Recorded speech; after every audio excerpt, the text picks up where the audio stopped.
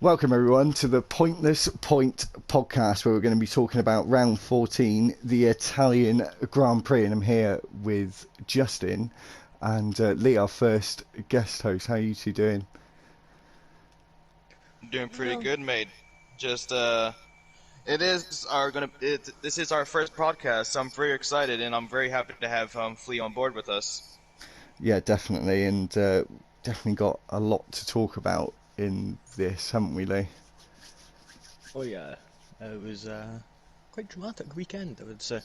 Yeah, so let's talk about the sprint first. We're not usually going to do this, it's usually just going to be the race, but we'll have a quick run off on the sprint. I was a bit disappointed, to be honest, guys. I don't know about you. It wasn't as exciting as Silverstone to me, which was, what, 4 races ago? Mm, Yeah, that's fair. I mean, I do see your point, but I don't know. With the Italian Grand Prix, it it does change a lot. Especially the key chicanes. Like those are definitely going to be the points to where you're going to see the most action. Let's say. But yeah, I think with the sprint race, I do see what you mean. It was a bit like upsetting, especially with the overtakes. But I'd say all around it was still like a good like foundation to lead up onto the Grand Prix. yeah, I mean it was. I mean to compare it to Silverstone, it's a bit hard. I mean sometimes for the, it's usually quite easy to overtake at Monza, but for some reason everyone was struggling like to overtake. Yeah, it was worse than recent years, wasn't it? As in, like with these new regulation changes this year, it's just seemed to have made it a lot worse. Obviously, we had Gasly on that one, which was probably the most dramatic part of the whole sprint. I don't really want to be bad talking the sprint races, 'cause I quite like the idea, but it wasn't really on point. Yeah, but did Gasly get like a contact off of turn one? Because I remember his wing was like scraping against the floor, and then and then just shot completely under his car, which He then led him onto the gravel. he Did he get contact with yeah, someone? he hit Ricardo, I think, Yeah, it was at turn Ricardo. two. He made a wee bit of contact with Ricardo's right rear tyre, and that caused it to snap a wee bit, and then as he was going down, well, coming up to Curva Grande, that's when it properly snapped, went under his car, and he just lost the front end straight into the barrier. Fortunately enough, the gravel slowed him down enough so it wasn't too much of an impact. Yeah, that's exactly what I was thinking. Actually, it did look like it was going to be really bad, and eventually he got the car slowed down. The other one was Hamilton actually having a really poor start, starting in second. Of course, Valtteri took that pole position. It's not a pole position. I don't know. It's a bit silly. What do they call it? They call it like the Speed So King or like, something in qualifying, don't they? It's really strange. Yeah, I mean, they're coming up with all these names and that now. It's getting hard to follow sometimes, right? What? But hey, well, it is what it is. but I say when it came to the sprint race, I think it gave Bottas the opportunity to kind of get a little bit of a redemption. I mean, of course, he's going to be leaving Hamilton in replace of George Russell, but I think he's still trying to put on a show for the Mercedes team. I mean, because like, how long has Bottas been with the Mercedes? Like about 3 years, right? Well, no, it's fifth year this year. 20, Fifth year. 2017 Yeah, year, so 2017 he's been there since, so quite a while. And it's funny how, obviously we'll talk about the Grand Prix in a minute, but funny how the first race after his Yeah. future has been sealed, that he did a lot better. But as I said, we'll talk about the race in a second. Yeah, there wasn't really that much going. As you said, that the McLarens though did really really well in the sprint, and I was And quite shocked that's as my team right there. I am a proud McLaren fan for that. I was so excited to see that, especially just off of turn one, get them getting such a good start. I look like also Verstappen got a good start, but for me, I always focus on the McLarens there. Beautiful stuff. yeah, it was. It's nice to see, to be honest. It's been too long. It's funny because it kind of gets normal, doesn't it? I know, Justin, you haven't been watching it for too long, but me and Lee, do you know what I mean? It feels quite normal to see the McLaren sort of at the top of the midfield or in the midfield, like but that's not really, that shouldn't really be the case. I mean, look at it back in the 80s, like, there were 80s and early 90s, they were just like one of the most dominant teams there, you know, and then the switch to Honda engines, it just kind of put them down, but now they're on their way back up to the top, so hopefully we can see more of this from them. Yeah, let's hope so for that. The other thing I want to talk about quickly is, what do you two actually think of the sprint format? Because obviously it's the second one of 3 this year. Do you think you want to see it carry on next year, be the full time format, or be like a one on one off format? I think it's better if it's like a one on, one off, and just like have it like every other race. I mean, one thing I do like about it is you've got action on the Friday, Saturday, and Sunday. Even though usually you still get action on the Friday, but It's it's not just really competitive, is it? practice. Yeah, it's not No, competitive. it's just teams trying out their setups, getting everything right for qualifying and the race. Whereas it brings it down to a crunch. Pretty much like all we've got is that one practice session, really, on the Friday, and then they're in Parc Ferme after that, so they're kind of buggered a bit, you know, so they've got to move and get everything done quick. Yeah. So it kind of shakes things up a bit. It does do that. They could also tweak the format next year. It's nice that they haven't just done the norm and gone, this is the format, we're sticking with this, and then 3 races later they're going, actually no, we're just going to go back to what we were doing before that works. So I like it in that respect. Like the knockout qualifying. Oh yeah, let's not talk about that. That was horrendous. That was one of the worst ideas they ever had. I get it in principle. I remember at the time thinking, oh, it could work, and then it just didn't. Obviously, Justin doesn't Good idea on paper, actually have any idea. It was this format where everyone would go out like every 90 seconds. There was a clock going down. I can't even explain it now. It was just rubbish. It was just forgettable. And that was the qualifying format. And then they went back to the 3-part knockout they do now.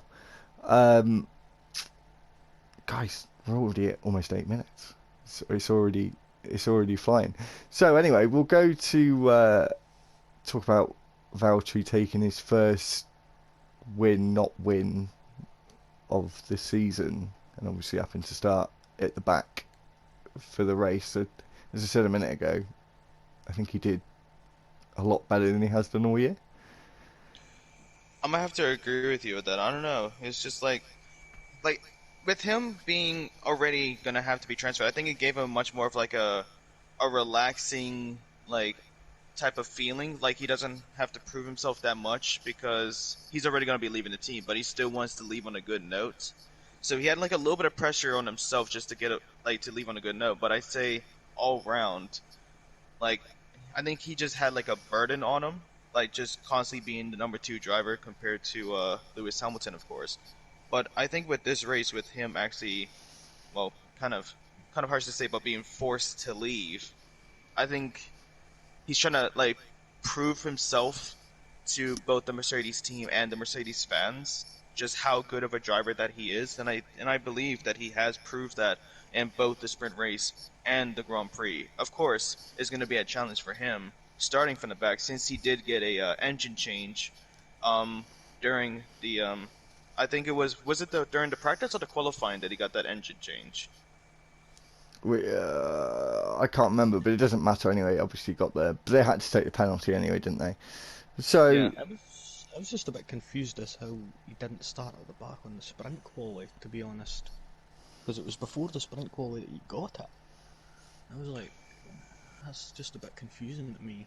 But then I think it's just because it's classed as qualifying, so that still like the sprint qualifying. I mean, that's why. Which I liked, to be honest. It would have just been a double penalty, which would have been stupid, wouldn't it? So Yeah. at least they did it like that. Anyway, we're going to do these point scores from 1 to 5, obviously at the end of the podcast for the actual race. But what would you give Valtteri for getting his pole in that race for that sprint? I was thinking maybe a 4 out of 5 maybe for that one. I'd probably agree there. I don't know. I think I would give him a 5 for the sprint race, just because he actually proved that like he does have the pace like against Lewis Hamilton, especially when it came to the qualifying before the sprint race. Just because he was always the one that was gonna give Hamilton the toe. Like every time they came out of the pits, it was always Bottas and then Hamilton.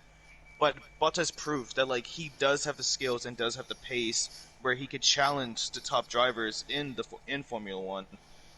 So for me, I would give him a 5 out of 5, just for all round skill, just keeping up the pace. Well, I'll tell you what then, should we go down the middle then and go 4.5? Sure. There we go, we got an agreement.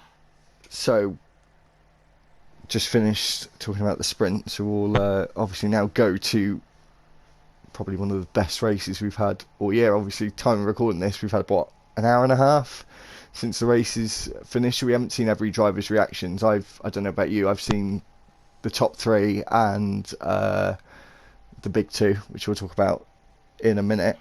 But obviously, really fresh in our memory. The sprint, not so much. I loved it. I don't know about you. I loved it and hated it at the same time, but we'll get onto that in a little bit. I think that's with everyone at this point, to be honest with you, buddy. Yeah, so I thought it was really good. Danny Rick getting that awesome start on one Max Verstappen was. Honestly, I love that. Oh, same. I mean, especially with me being a McLaren fan, how excited do you think I was seeing? Well, I mean, I started in watching it like around halfway because overslept, but I did look back at the highlights a bit, and I was like, yep. And like Danny Ricciardo, like he basically led the whole race, like for the entirety since turn 1, I believe. Even like, of course, he stopped, like he pit stopped before, like the majority of the people, but he was still technically winning the race in my eyes. Like huge big win for Danny Ricciardo. Yeah, I think it was only like 4th he went down to, and he was still like 2 or 3 places ahead of the next person that had already pit. I think it would have been Verstappen. So he was still up there, pretty much. Well, he still had that pit stop advantage. Yeah, but I would say with the good start as well. Like also Hamilton, like when it came to the sprint race, he didn't really have such a very good start. Where in the Grand Prix, he actually did redeem himself a little bit with the start. I forget how many places that he gone up from the start, but let's skip over to actually turn 4 where he had that incident with Verstappen. I think that was one of the key moments, like from the beginning of the race, of course. Yeah, well, there was the 2 incidents at turn 4, wasn't there? The one that wasn't so much, which probably is going to be talked about more now because of a certain other incident, and the Giovinazzi incident as well, with getting in the way of Carlos Sainz, wasn't it? Yeah, I think it was Carlos Sainz. Yeah. Yeah, but that corner, it just bottlenecks, doesn't it? As well as turn 1, they both got the very same characteristics. Yeah. So it's a tough one, but if we talk about the Giovinazzi one first, I got to say he was doing well at Zandvoort. He did well in qualifying and sprint yesterday, and lasted 4 corners really, didn't he? He did stay in the race, didn't he? I can't remember where he finished. I can tell you that though, where he did finish. Can anyone remember before I say it? Oh, very disappointing. He finished in 13th with only 15 finishes. So, and he started in 8th or something like that, didn't he? I think. Yeah, with that. Yeah, he started in 8th. No, Giovinazzi started in 7th actually. 7th, yeah. he did join the track quite dangerously when he came back on, and he just left the Ferrari no room, and he brought it on himself, to be honest. What happened there? So, Yeah, I'd agree. he should have left. He should have stayed a bit more over to the right, kept it inside line at Les 1, and then he would have been sorted. And actually, I tell you the other thing about that corner is as well. I get why the speed bumps are there, but on the other hand, they're quite dangerous, aren't they? Like they're not. Yeah, I mean, it damages the floor. It actually makes the car Turns them into an jump. airplane. Yeah, I was going to Pretty say. much, yeah. Like you see cars going over it, and then you've seen cars basically near enough drifting because of it, with them just not getting the traction and managing to keep the rubber down. Yeah. Yeah, but you No. also got to think of it this way as well. Like, if they hit those curbs, they're getting very, very close to actually basically cutting the track. So it's just a whole mentality game where it's like you want to get as close to it as you can, but you don't want to get to it to where you actually hit it and then You you're need gonna lose gravel there. so much more time off of it. Like there needs to be. It's like they got rid of him because of safety. It's such a hard. The drivers just need to behave themselves. Is kind of the answer to the question. Yeah, I But have to on agree lap with you on that. on lap one, it's more difficult. I mean, Mm, you can have that escape road kind of around the outside at turn four. It kind of goes around like where the barrier is, doesn't it? Like you could Yeah, keep you have that that there little and then have the exit. yeah, and then have the gravel in between the track and the escape road, and then people wouldn't. But I it's a think tough one. But I think the on only person I've seen using the escape road, funnily enough, was Mazepin, and that was at turn 1, where he yeah, and locked up. he took out one of the boardings, didn't he, for Safety the sticks, yeah. chicane? Yeah, Yeah. But that anyway, was because of a lockup, wasn't it? That was a lockup on his Yeah. front left. yeah, fighting with Schumacher as per usual. Um, so yeah, turn four. Anyway, we'll talk about it very briefly now because I'm sure we'll talk about it in more in depth in a minute. But my argument there with the gravel, the Hamilton Verstappen thing just wouldn't have worked. Like Verstappen would 100% been at fault if there'd been gravel there because that would have been pushing him off the road. But obviously, you could use the escape road. Should we just talk about this in a little bit? I think we should just Well, get just the thing is, if you put gravel there, the thing is, look at like I think it's like the third or fourth to last corner at Zandvoort. It would be like that, where it would just be gravel all over the place, and you've seen Yeah. that quite a lot. Can't remember what turn it is. It's just the wee chicane right after the DRS in the middle sector, or the last sector, sorry. And you've seen quite a lot of people going wide and cutting across it a wee bit and then bringing loads of gravel right across the racing line. So I would say it would be more dangerous to have gravel there, if anything. I say it's a tough cookie. Going back a second though, we haven't spoke about it. We jumped the gun a little bit. The two Alpha Tauris really didn't have a good day today. I was going to say good race, but they didn't have a Basically, they race. didn't race at all, to be No. honest. Yeah. So Um. yeah, had Gasly. What happened to Gasly? I saw like this. Obviously, Justin, you weren't awake No. for it. But Lee, did you see like? I think he was saying something about like the brake or something. Wasn't? I just completely I just didn't understand what happened. All I just seen was him out, and I was like, Oh, you I thought it was didn't. an engine You, fault.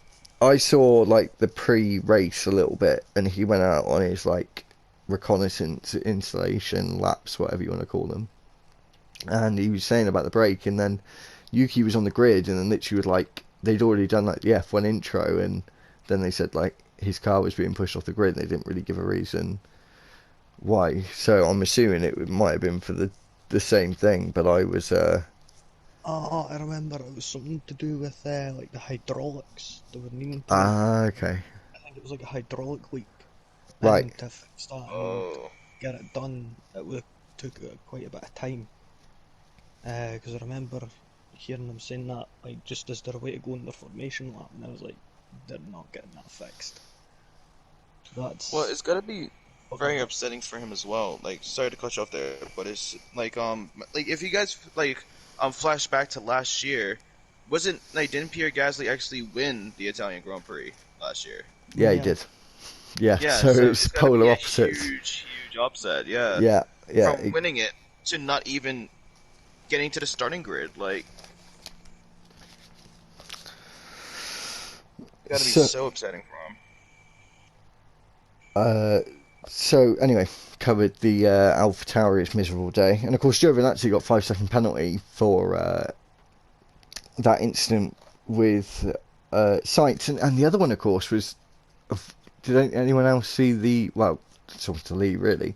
The Vettel Stroll overtake, and Stroll kind of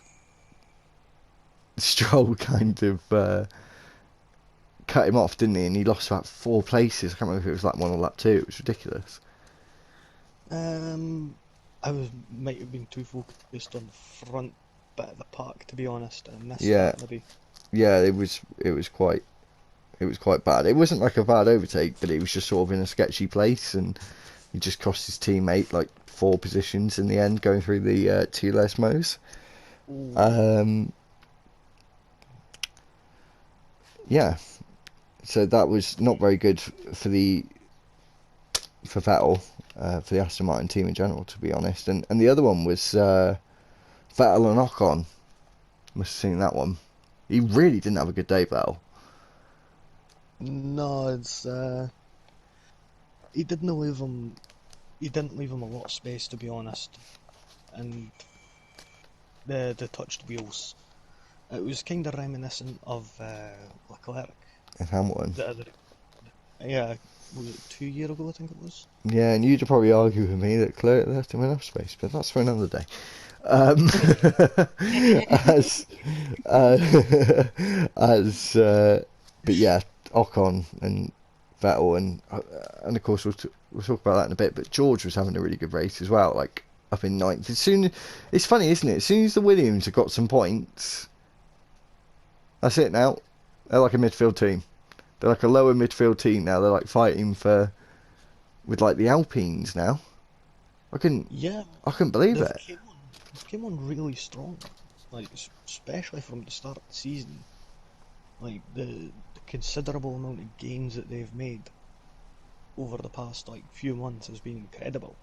I mean, managing to get into Q3 and everything, like a couple of times, which is quite incredible, to be honest, for a team what were barely even able to get out of Q1 just like last season. So hats off to them. They've been working their ass off. They've definitely improved themselves since the start of this season. But I think, like specifically for George Russell himself, I think he's got a gain of confidence as well, just because of the news about him going to Mercedes. Like, it's kind of like it's kind of like Bottas basically, where they're both trying to prove themselves that they can be good. But where ways where Bottas leaving is actually George Russell joining the Mercedes team. So he's trying to prove himself to for possibly both himself and the Mercedes team and the Mercedes fans that he will be good once he gets into that car. Because didn't he have like a try? Like, is it would it really count as a trial? Like last year, um, I forget which track it was last year, but I remember that Sakir. George Russell got into one of the Sakir. Mercedes cars, and it was Sakir. Hmm. Yeah, the Okay. barring outer slash quotation marks oval circuit. It wasn't an oval, but I really want them to go back there again. Actually, let's not talk about Sakir. That was a bit horrible. That I still remember being absolutely gutted that George did not even get a podium in that race. Well, it was same with him as well because wasn't it like a mixed tire set that brought him back into the pits? I think it was like a Ooh. mixed tire set because like he had to pit in extra time, but he got a call on the radio saying that he has to pit because it was like a mixed tire set. So it was very upsetting for him, but he did basically prove that like he is a good driver. So we could definitely see a lot of that happening next season. But with him in the Williams, I think he's trying to still prove himself. Like even though the deal is done, I think he's still trying to like use this as like a stepping stone to get up to the standards. I think what it is that he's got more. He's able to get his mind off of next season right now, and he's not having to worry about like, is he going to have a seat for next season? Who is somebody going to take him on or what? Because that would play on the driver's mind quite a bit. You know, so it could just be that. He's feeling more secure about his future now. Yeah, that is true. That's what we said before, wasn't it? About the two of them. But those, I can't believe about the McLarens. To be honest, I'm still a bit in shock about it. Like they were running 1 and 2 for a lot of that race. I'm not in shock at all. I know my No, team is good. I know my yeah, team no, is they good. are good. I do like McLaren. Don't get me wrong, but I mean, that's Yeah, I their know first what one you mean. two I'm in just pulling 10, your tail. 11 years, sorry. uh-huh. That's their first 1-2 in 11 years. First win in about 9 years. Is it their first 1-2 in 11 years? Yeah, 2010 Canada, I think it was. Wow. No, But hey, yeah. it's been a long time coming. It's been a long time coming. Um. hmm So we won't talk about such nice things just yet. So we've got a couple of things to talk about here. We go into, what was it, about lap 30, the pit stops. Oh yeah. And Danny Rick goes in first, doesn't he? Has a all-right pit stop. It wasn't great. And then the lap later, the driver behind him, Verstappen, of course, because it was Ricciardo, Verstappen, Norris and Hamilton. Hamilton was the only one on the hard tyres as well, crucially. And he comes into the pits. It does about, I think it was like a 3.5 second pit stop or something like that. And Max comes in a lap later, and it's not really the Red Bull we're used to seeing, is it? It was an 11-second penalty. It was up right front. Yeah, it was just under 12 seconds. I was like, may as well just change the front wing at the same time. Yeah, it was silly, isn't it? And of course, that is so uncharacteristic of Red Bull. Yeah, Because they do have a quote unquote resume about how quick they do their pit stops, and it was just very upsetting. Well, to the Red Bull fans, like how slow that they did. But what's done is done, to be honest. And after that, Verstappen just had to focus on the rest of the race basically and trying to catch up. But we all know how that ended. Yeah, so that's the next thing, isn't it? So then the next, I think, I can't remember how many laps it was. It was like, so he got his 11-second pit stop, and he came out in about 8th, Yeah, he something came like out that. around 8th or 9th, like somewhere in the mid Yeah, pack. and he overtook a couple of cars, and then Lewis had his pit stop, and his was like a 4.5 second pit stop, so he had the slow stop as well. And then the whole race changed.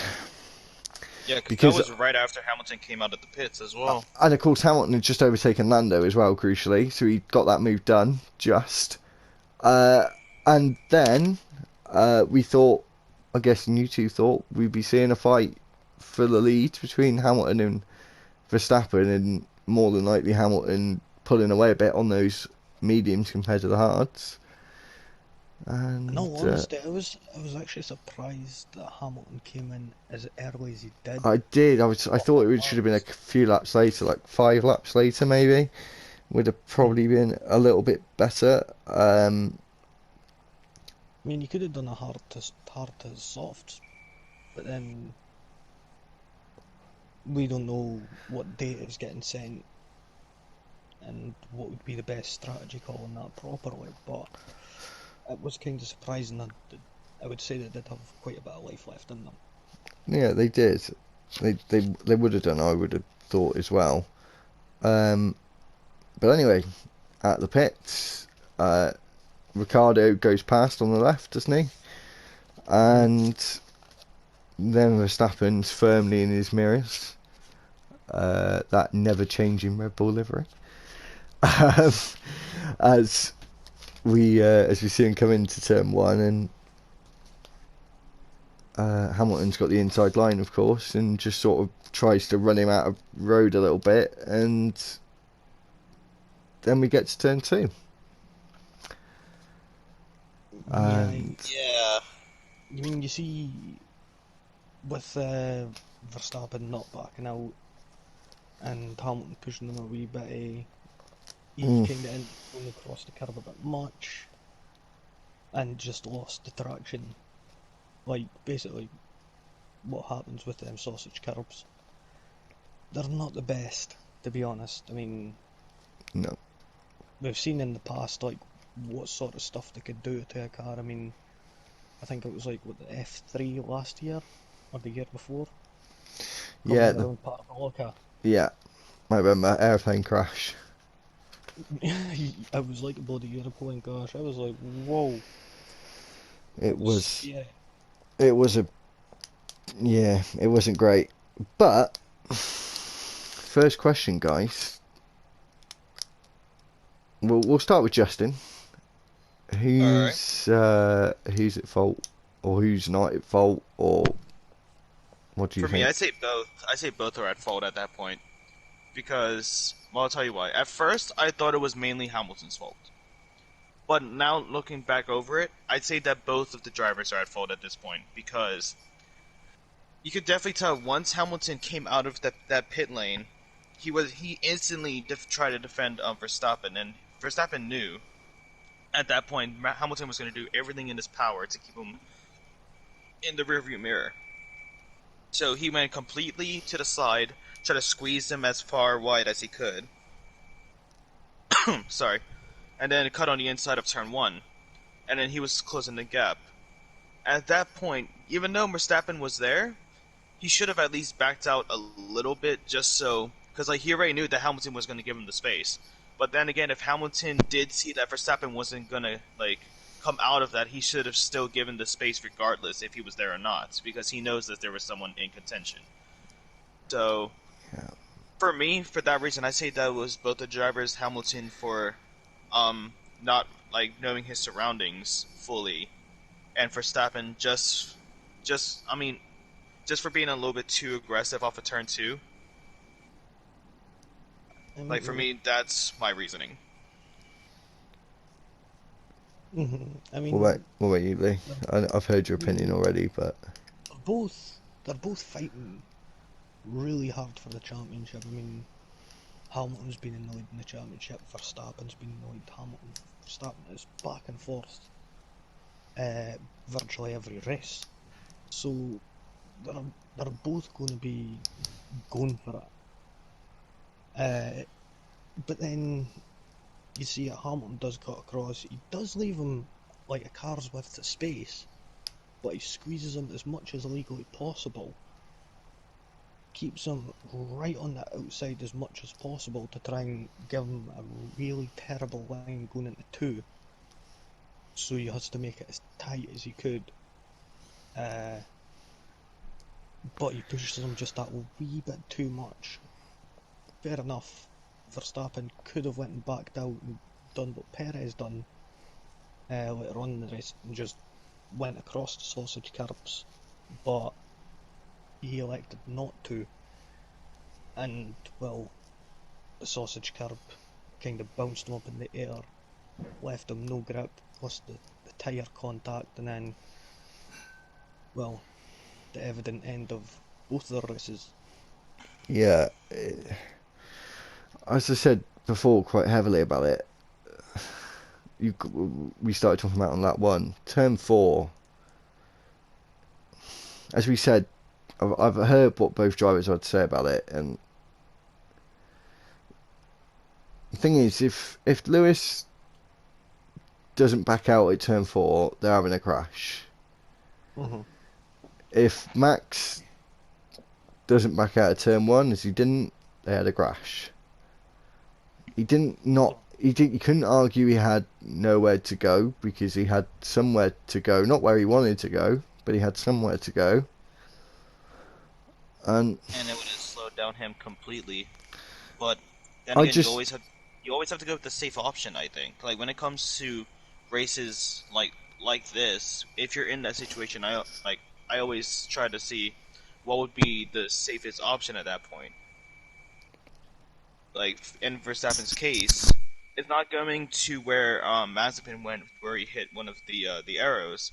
It's more like that other line where he went over the curbs off of like between turn 1 and 2, Mhm. like that little short, not really a shortcut thing, but it's like kind of like a braking zone, and then Hamilton would gain that position. Because for me personally, Hamilton deserved that position. He was in front of the car when it came out of the pits. He defended very well, but then we all saw what happened. But other than that, I say with that situation, you have to give props for the FIA with the safety of the cars now, because if that halo was not there, the whole weight of that back right car would have been on Hamilton's head, and he could yeah, have possibly died Yeah. just from the weight of it. and So then everyone would have been saying, why did Max not back out of that? And then exactly, it would have tarnished him quite a bit. So I mean, it you was, definitely, the like when you see it on the replay, you actually see the barge board snap on because the of Halo. yeah, on the halo, because of the amount of weight that's just on that. I mean, it's only carbon fiber. Mm. It's not yeah, titanium, so it's going to snap quite easy. But still, like they cars, what are they like, 750 kilograms Yeah, so about 3/4 of a roughly? ton. Yeah, Yeah, so it's a lot of weight. it's not so it's well, it's not really a lot of weight, to be honest. It's a lot of weight on a small object. I know it's not Yeah. the full weight, but it's got to have been about a third of the weight was on there. Mhm. Um, just the way it was balanced. The My opinion on it is right is from what I've seen this year, when Max is on the inside, he believes it's his corner. Mhm. When Lewis is on the inside, he thinks he should give him space. I've noticed Mhm. this all year. Whenever it's one way or the other, if Lewis is on the inside, he didn't leave enough space.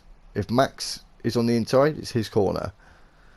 It's like for what position he is in on the track, in my opinion. I know other people are going to disagree with me on this, but that's just how I've been kind of seeing it throughout the season. If you go back and look at all the incidents, he More. he yeah, Spain.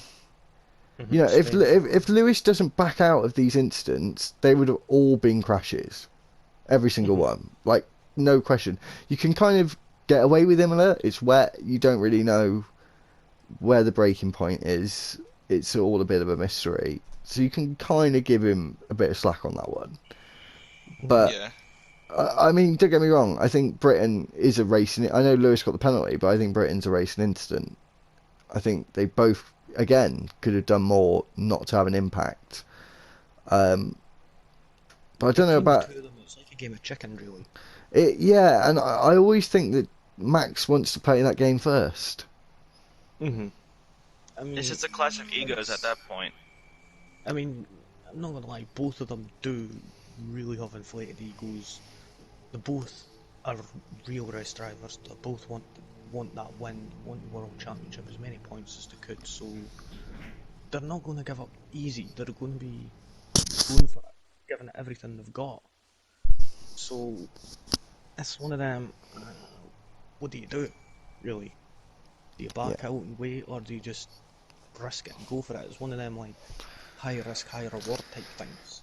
exactly. Um, right. So, personally, are we all in agreement that they both could just do better? I think. Yeah. I mean, that's what I said from my side. Yeah, Hmm. I, I agree. I, I think they, you know, I don't think there's a lot of. Can I be honest? I think today was. I'm not saying he did it, but today was the first time where I could see Max kind of did that in a malicious sort of way. Like he wasn't. It wasn't like he did it. I'm not saying he did it on purpose, but like I don't know how to describe it. I mean, you've also got to take into consideration like heat at the moment sort of things. You're Yeah, yeah, but going for. I'm saying Mhm. like they're going for it at Britain, they're going for it at Spain, they're going for it at Imola, you know, Bahrain, another one. And to be honest, Bahrain was probably the best battle they've had all year because they didn't know what was going to happen then, and it just shows that the stakes of it's just all right. Today, I feel like was the first fully toxic Yeah. crash, I'll have to agree with you on that, to be honest. Yeah. and and let's be honest, the toxicity is going to come more from Red Bull side, seeing as where he had the option to get out of it and chose not to, and he really did have an option. And as you said about big egos, he's probably let his ego sort of get in the way a little bit. But of course, the other problem is he did put Lewis in quite a bit of danger with that wheel. So that's. I'm seeing kind of like a repeat of like Senna and Prost rivalry. Yeah, they've been saying that they're. Yeah, and it's different this time, isn't it? Because if Max was in a black Mercedes this year, that wouldn't have been a crash. It just wouldn't have been, because team orders would have been in play, or you know, they wouldn't have wanted to take each other out and lose points for the team.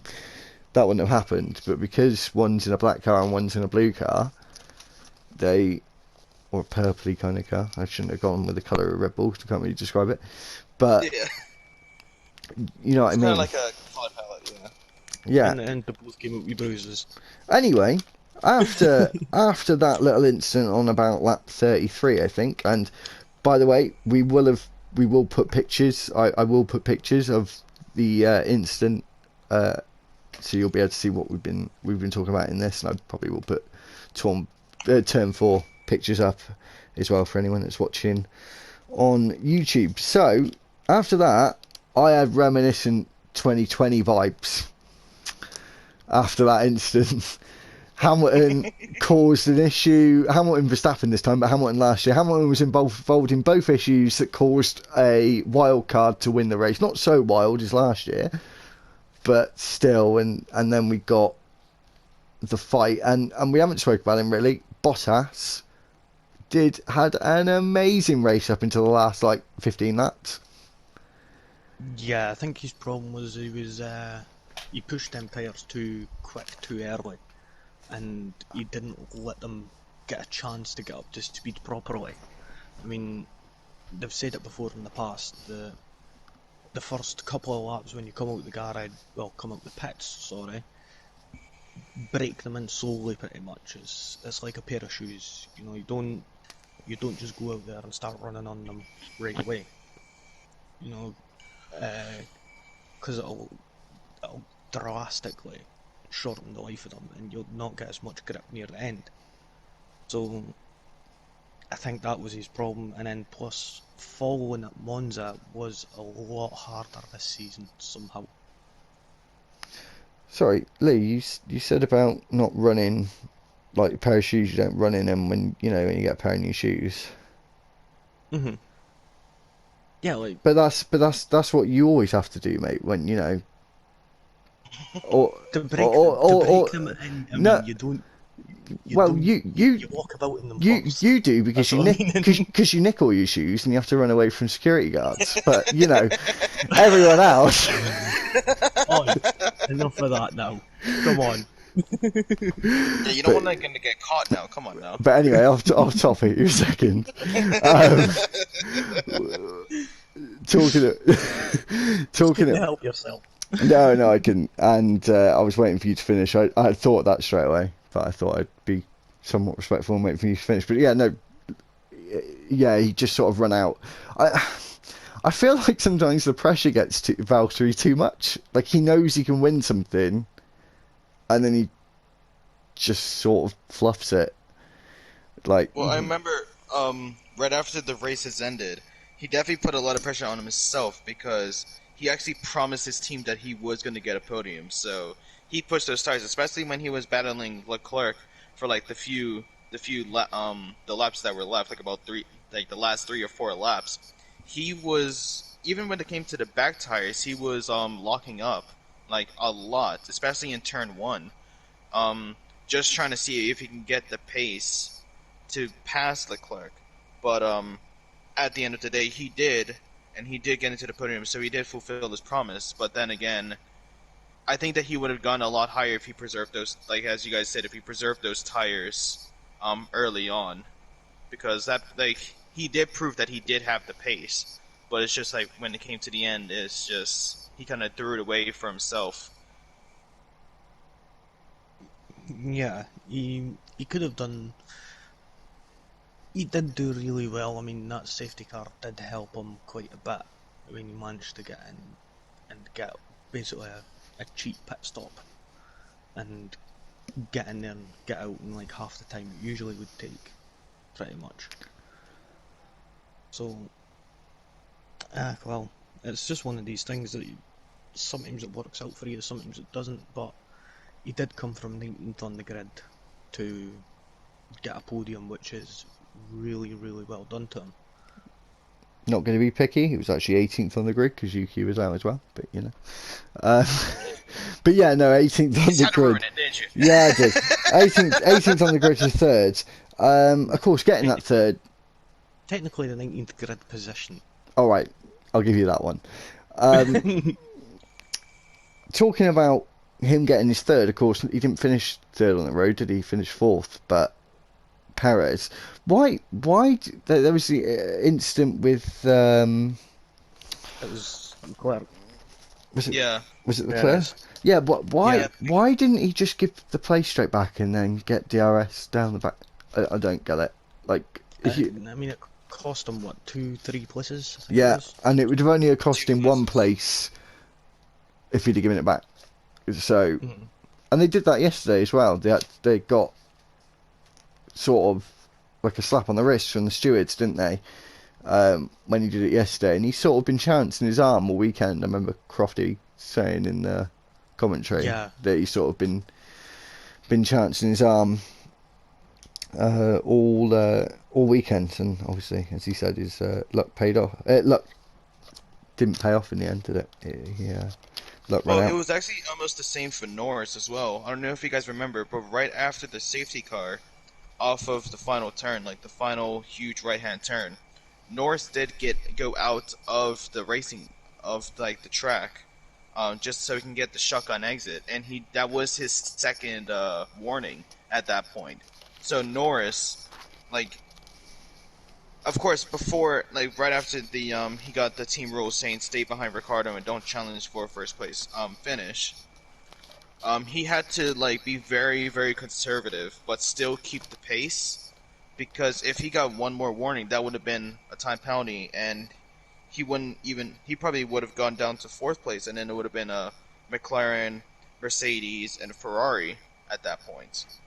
But yeah, of course, we all see how that ended. My guy Lando giving McLaren big points. And didn't Ricardo get like a fastest lap near the end of the race? He did, yeah. They were very close. They were in the point. They were within a tenth of a second of each other. It was a very good. It was a good race, to be fair. What I always remember of Monza is just mad overtaking. I just didn't feel like we had that today or yesterday. It was a bit underwhelming. It was a little bit underwhelming. It was still good. It was great seeing McLaren. Don't get me wrong, but like the actual the racing, it wasn't the best. Your opinion, guys? Best overtake of the day? Lando on Leclerc, I think, after the safety car. Easy. Down through Curva Grande and to Della Was Rocha that near the chicane. beginning? Yeah, near the end. Near the end. It was after the safety car. He kind of he went onto the grass a little bit in the Curva Grande on the inside. It was. Oh yeah, that overtake on him, that was amazing. But I'd say a very close second place was the switcheroo between Perez and Bottas. That was just good.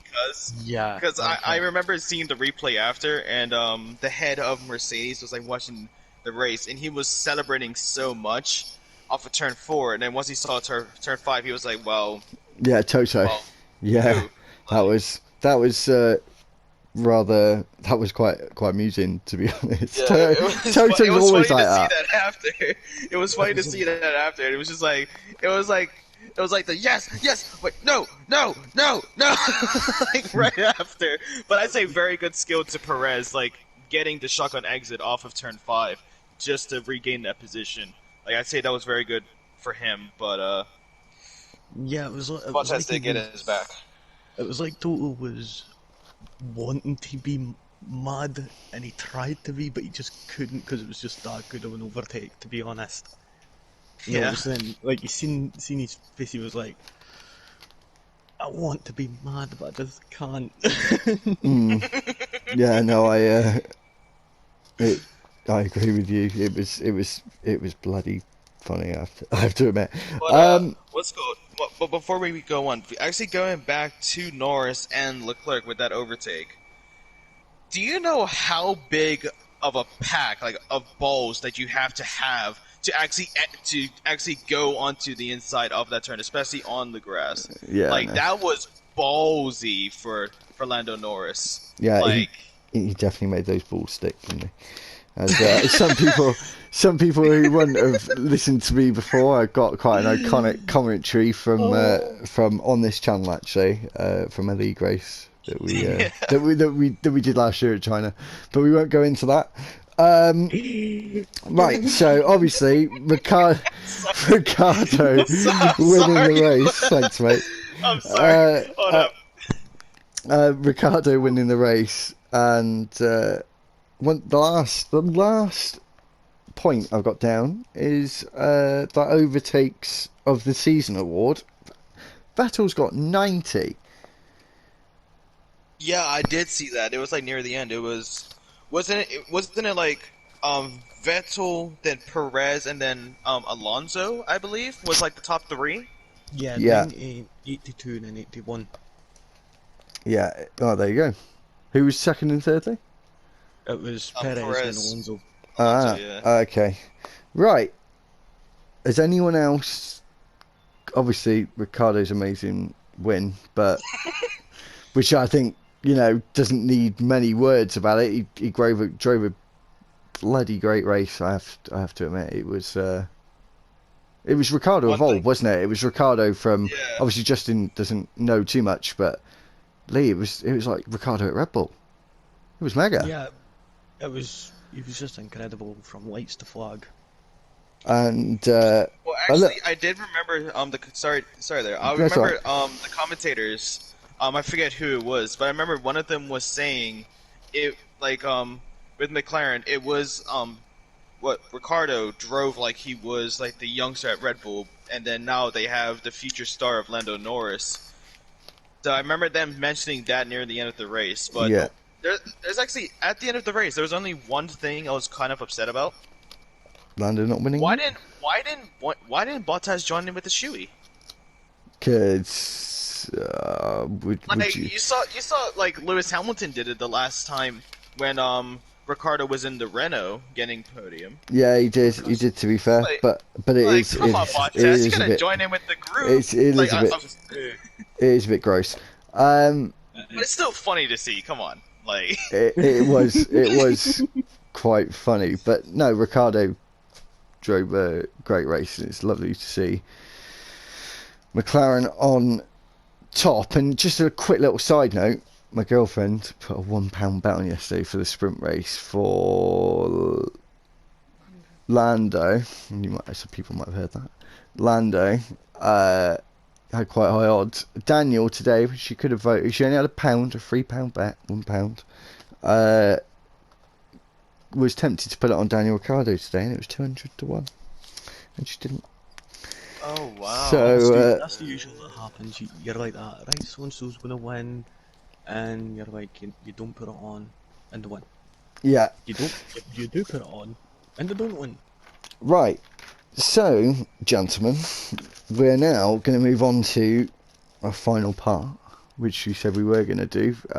Dry review inspired by another famous F1 podcast. Not going to deny it, but points or pointless driver reviews. So we'll start from we'll do grid order, shall we? And or finish in order. So, chaps, Daniel Ricciardo, 1 to 5 or half points. Or half a point? What are we going with? I am going to go with a 5. I'll go with a 6. You're gonna go with a 6. That's so a 5. So a 5 then.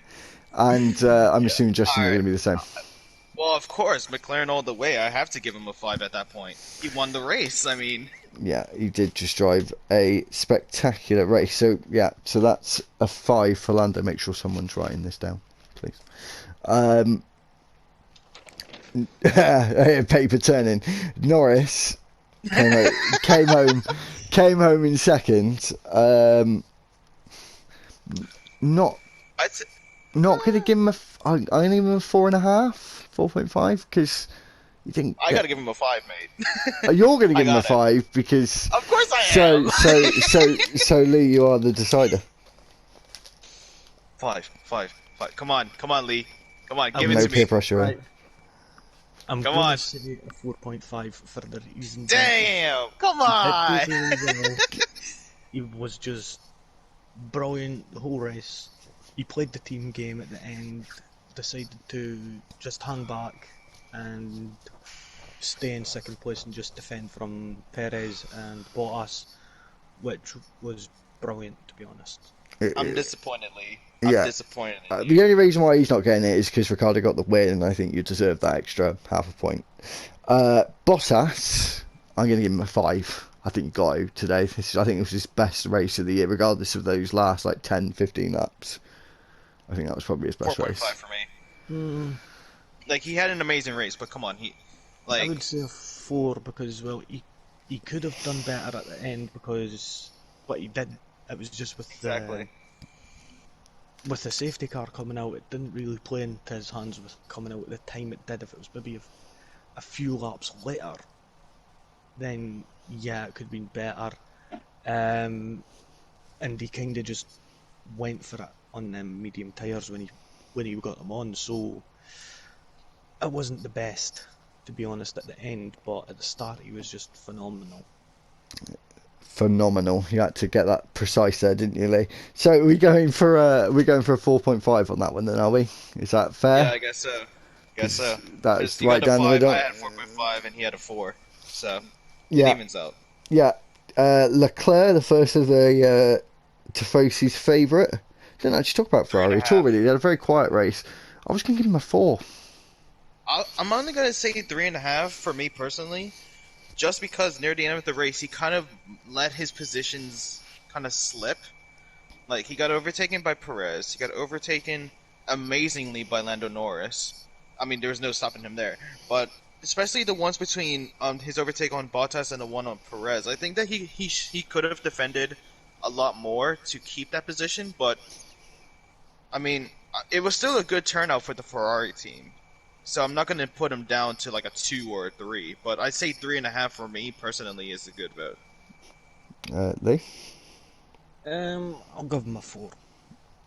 To be Right. honest. Yeah, It was I really think good for Lando. You just don't like me, do you? You just don't like me now. he's giving his honest opinion. Consistent. I know, He was I know. nice and I'm consistent pulling his the whole tail. race. Fifth for There the- was- Go on, sorry. He was nice and consistent the whole race. So yeah, but he didn't have the speed. He was more conservative, making sure he didn't make any mistakes or that. So yeah, I'll give him a 4. Yeah, I'd same. I think he would. It's a 5th is good for Ferrari this year, so you know, a bit lucky with the two championship protagonists going out, but you know, Perez 5th. I 3.5 as well for me. yeah, I'm gonna go for 3.5 as well. I Yeah, I don't know if anyone agrees. I just think his qualifying's letting him down. He did a bad qualifying in Silverstone, the sprint. It wasn't great yesterday. I'm gonna say 3. I think we're going to just go for a 3.5, aren't we, Lee? But Yeah. but yeah, no, I just think Perez has got a lot more to give. He's just not giving it yet. Yeah, exactly. I think the thing for me was the overtake on Leclerc that he done. That's the one that kind of got me, and I'm just like, Yeah, you should yeah. be a sportsman, handed the place back. Oh, Yeah, do you know what? Actually, yeah, no, yeah, I'm gonna give him a 3. You do have a Actually, point, yeah, Lee's got a You point. do have a point, yeah. It's a 3. It's a 3. Right, so Sainz. I'd say a I fat say a 4. 3 as well. Maybe 3, 2.5.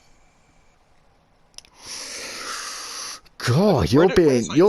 you're being. Well, I mean, like, Simon? well, I don't know. I mean, it was a good turnout for him. Like, he did start in 6th and he finished in 6th, but I think that he could have improved much more in the race. Like, I don't know. I think he just had the same amount of like race as Perez, in my opinion. So Mm, by the sounds of it, you're just going to give him a meh. He's a bit of a 3, meh. yeah. So he's like a 3 then, Eh, isn't he? Yeah. yeah. I'd say 3.5 for me. Well, I'm gonna agree. I'm gonna agree with Justin on this one. I'm gonna say 3. Um, Sorry, we're quite a way through this. That's why I'm racking through this as quick as we can go. Stroll in 7th place, obviously, so it didn't help his teammate early on in that race. So I'm gonna also give him a 3. Not really. Yeah, I'm gonna say a 3. I mean, he 2. got up 5 positions, so good turnout for him. Yeah, I'm gonna 2, say because you've 3. always got to be. You've always got to help your teammate out, to be honest. It wasn't like he took him off though, Lee. It was just it was just a opportunistic overtake which caused. Too But ambitious. yeah, it was quite ambitious. It was fine, but like he could have just chosen a much better place to do it.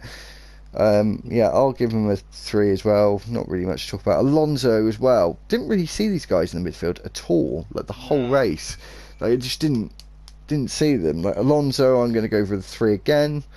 Um, you guys in agreement? Disagree? Got any Yeah. points to add? I've not Yeah. really got Agree. much to say about Alonso. We didn't really see much. The No, only one, not really. uh, Georgie Boy Russell, I'm going to give him a 4. 4. 4. I'll say 4, 3.5, 3.5, one of the two. But I'm going to say I think 4 it's because they gonna got be 4. points again. Yeah, exactly. With the Williams, yeah, definitely. Actually, wait there. Could I just change topic 2 seconds? What happened to Stroll after the race? For ignoring yellow flags. I don't know actually. Yeah, so Ooh. can we quickly get this On it. information to us? There we go. Well, to see Stroll might have a change there. So yeah, Russell 4. Lee, quickly 4. Russell. Yeah. So a 4 for Russell. Ocon, I'm going to give him like a 2.5 for Ocon at the points. Oh, sorry, no, he's not at the points. That's me telling fibs. I'll give him a 3 as well. Sort of where Alpine are at the minute. 10th, 5th fastest, 6th fastest team. I'll give him a 3. I know there's going to be a lot of 3s. Probably going to be a lot of 3s all the time. Yeah. Yes, Latifi. Actually, no, it's Ocon now, right? I just said Ocon. Yeah. Okay, so now it's Latifi. Okay. Yeah. Gonna start with me again. I am gonna give him a 4 because You're gonna give Latifi a 4? I'm gonna actually give a reason for this. He's, my opinion, not as good as George Russell, but as soon as he started scoring points, he's gone up a, like Crofty did say this in commentary. He has gone up another level. I think in the last like month, 6 weeks. So 11th for Williams when the other guy finished in 9th, and he's not as good as George. I think that's quite a good result for Nick. Mm-hmm. I'd still say 3.5. I will give him a 4 if he actually got into the points, but for me, I mean, he did very well, but I'd say 3.5 since he just missed out on the points. Lee? I mean, he did climb up quite a few places as well. So I would say a 4. Any news on Mr. Stroll? I'm trying to Uh, find some. We'll come back in a second then. So, Seb, which is one of my girlfriend's favourites, but not so good today, in 12th. I'm going to give Seb a 2.5. Really didn't have a good. No, I'm going to give him a 3 because he had bad luck. Mhm. He had some bad luck. So, anyone else agree, disagree? I agree. Uh, we'll go with 3 on that one. Giovinazzi, I'm giving him like a 1.5. He started in 7th, finished in 13th, had that crash on that one, which just set his race in stone, really, didn't it?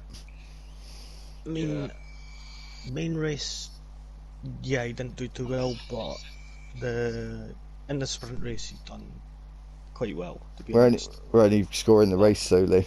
That'd be yeah, in the cheating. main race, no, that's what I'm saying. In the main race, he didn't do so well, so I would say 1.5 for me. Justin, Lowest vote yet, huh? what? And this is who's this for? Giovinazzi. Giovinazzi, yeah. Just because of the crash, I will give him a 2, probably 2.5. 2.5. Oh, he's very.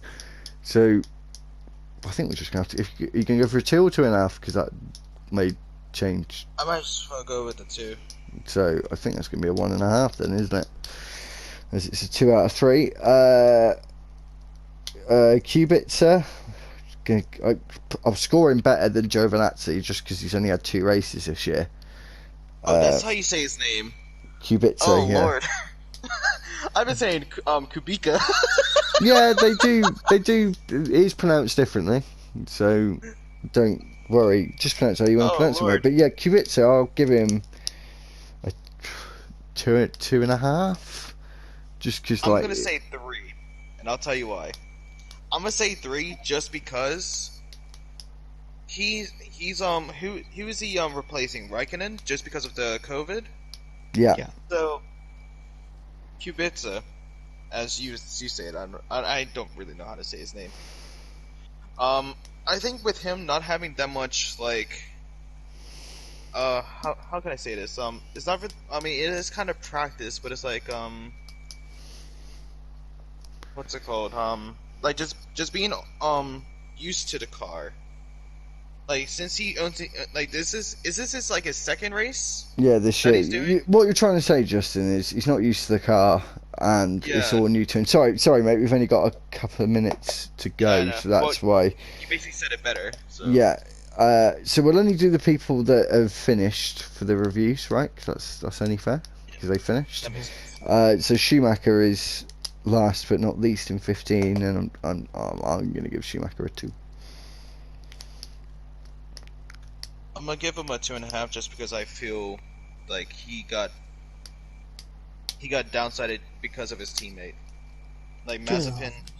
Mazepin, I don't see Mazepin being in this league next season. I would be surprised if he is. Mhm. Sorry, Lee, you said 2.5, did you?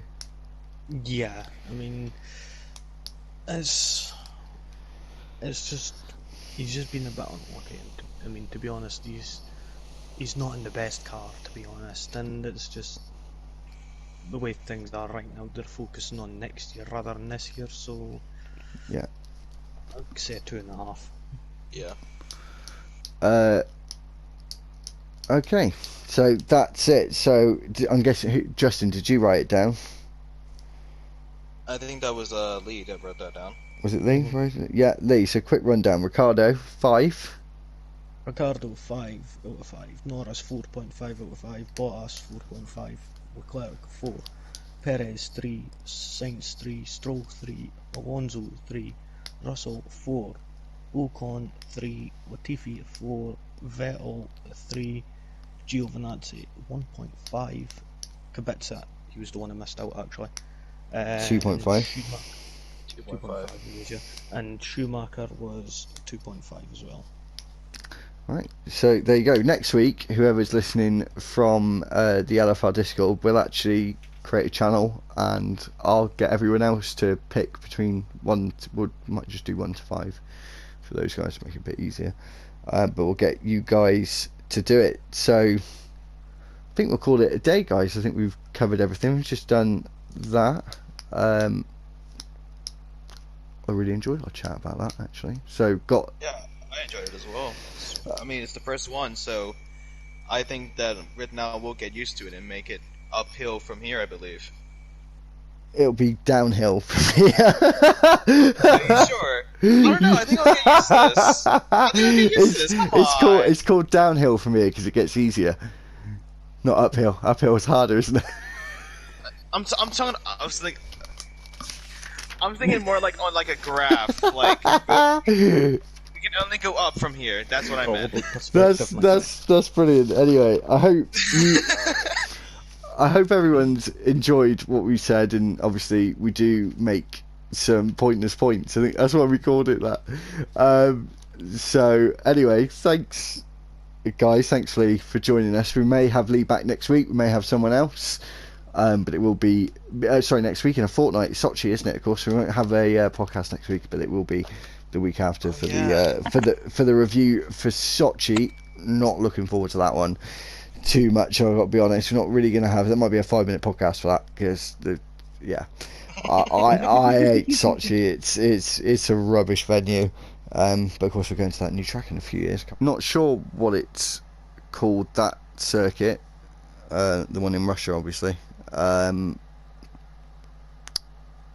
But yeah, anyway, as I said, only a 5-minute podcast in 2 weeks, so you're not gonna be looking forward to that one. I'm only joking.